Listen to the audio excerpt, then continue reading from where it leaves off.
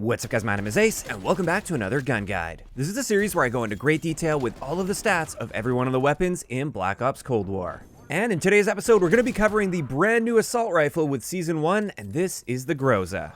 And kicking it off, as always, let's have a look at our damage profile, which is 3428, and that means this is going to be a 5 to 6 shot kill. Additionally, just like with all of the other assault rifles, there are no body multipliers in Cold War's multiplayer. It is different for Warzone, but I did want to clarify this up front. I won't be covering any of the Warzone stats for Cold War guns in this particular series. However, I will be covering them in other videos in some capacity at least.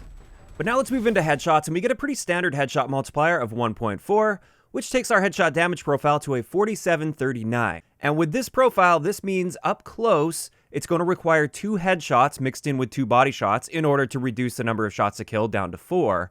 And then in the standard 6-shot kill range, all you need to do is mix 1 single headshot in with the body shots to turn it into a 5-shot kill. So I would say headshots are moderately effective with the Groza.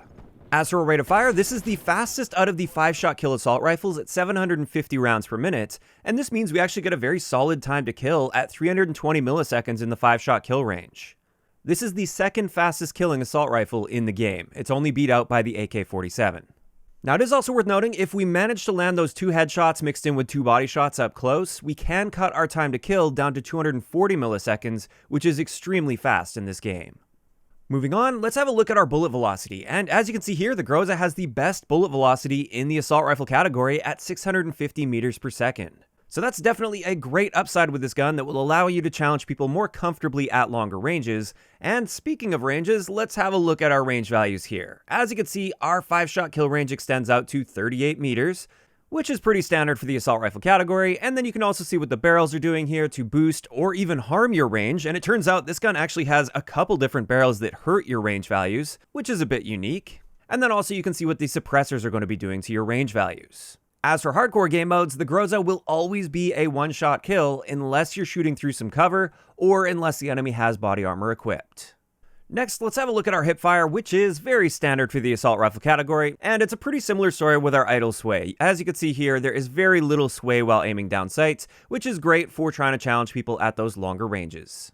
Now, getting into recoil though, this is one of the downsides of this gun. As you can see here, it's got a pretty high magnitude of recoil, and it also changes direction horizontally a couple times throughout its recoil pattern, which does require a lot of active recoil control to compensate for. And when you compare it with all of the other assault rifles, it turns out the Groza actually has the highest recoil in the assault rifle category. And it's not just that this has the highest magnitude of recoil, I also consider it to be the hardest recoil pattern to control since it does change direction several times. But moving on, let's get into our handling, and our aim down sight time is actually the fastest in the assault rifle category at 266 milliseconds. This is more along the lines of an SMG. However, our sprint out time is standard for assault rifles at 266 milliseconds. Then getting into our reload add time, we've got a pretty average reload time at 1.47 seconds, and then here's a list of all the reload times with the different magazine attachments for you. Now, let's get into our final set of base stats for this gun, and this is movement, which is completely standard for the assault rifle category. There's nothing too surprising here to mention. It's just a standard assault rifle when it comes to movement. And with that, now that we have the base stats out of the way, let's talk a little bit about the strengths and weaknesses of the Groza. When it comes to strengths, it has the best aim down sight time out of all of the assault rifles, which is really nice. It's also got a very solid time to kill. Like I said, it's the second fastest killing assault rifle up close. And then on top of this, it also has the best bullet velocity out of all of the assault rifles. So definitely some great strengths to this gun. And when I get into the weaknesses, honestly, I can only think of one weakness for this gun, and that is it has the worst and most difficult to control recoil out of all of the assault rifles. Aside from that, everything about this gun is either standard for assault rifles or a little bit better than the other assault rifles. Like, I was even trying to stretch super hard to find other weaknesses, and I just can't find any. It's just the recoil that holds this back, but it definitely does hold this gun back. And this is where I want to get into a unique attachment that is very unique for this gun. This is the 15.5-inch Task Force barrel, the final barrel that you unlock that boosts your damage. And in the case of the Groza, this one doesn't increase your recoil like it does for pretty much all of the other guns. Now, in practical terms, this barrel doesn't actually change the number of shots it takes to kill to the body at close range or long range. However, it boosts your damage enough to where your headshot profile goes up to 50-40, which means you technically can get a 3-shot kill to the head up close, although that's not super practical with this gun in most situations. But it's also worth noting that just one single headshot mixed in with 3 body shots will give you a 4-shot kill now while using this barrel. Unfortunately, this does come at a huge cost to our damage range. We lose 40% of our damage range. And therefore, for me at least, even though this barrel doesn't increase your recoil like many of the other guns, it's still generally not going to be worth it in my opinion, and I won't be using it at all.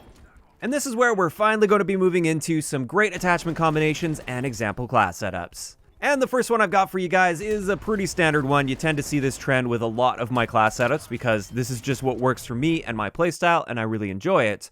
But with this, we got a suppressor, the 16.7-inch VDV reinforced barrel, which is the one that gives us boosted damage range as well as bullet velocity, which is awesome. Then we've got the Spetsnaz grip. This one helps a little bit with our vertical recoil control, but mainly with our horizontal recoil control. And as you can see here, the recoil pattern is definitely more manageable than when you don't have this attachment equipped, so that's nice. Then we have the Groza mag clamp, which really helps with our reload time. We get a really fast reload time with only a small cost to our aim down sight time. And then finally, we have the Groza elastic wrap, which is just an amazing attachment for any assault rifle, and I definitely recommend using it. And with all of these attachments combined, we get an amazing range value. Our bullet velocity is pretty decent. It's not amazing by any means, but it's good enough for the 6v6 maps at least. Our reload add time is incredibly fast. Sprint out time's a little on the slow side, but our aim down sight time is very fast and snappy at just 200 milliseconds.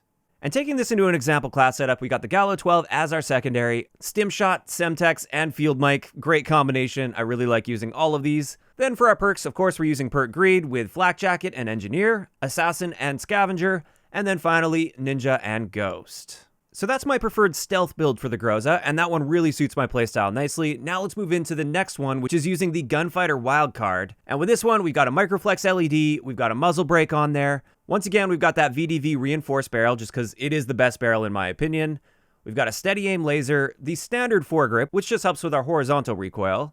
Then we've got that 50-round fast mag, marathon stock, and once again, that Groza elastic wrap. And with this one, again, we get a great range value, excellent bullet velocity, amazing reload time. Sprint out time leaves a little bit to be desired. And then our aim down sight time is very solid for an assault rifle.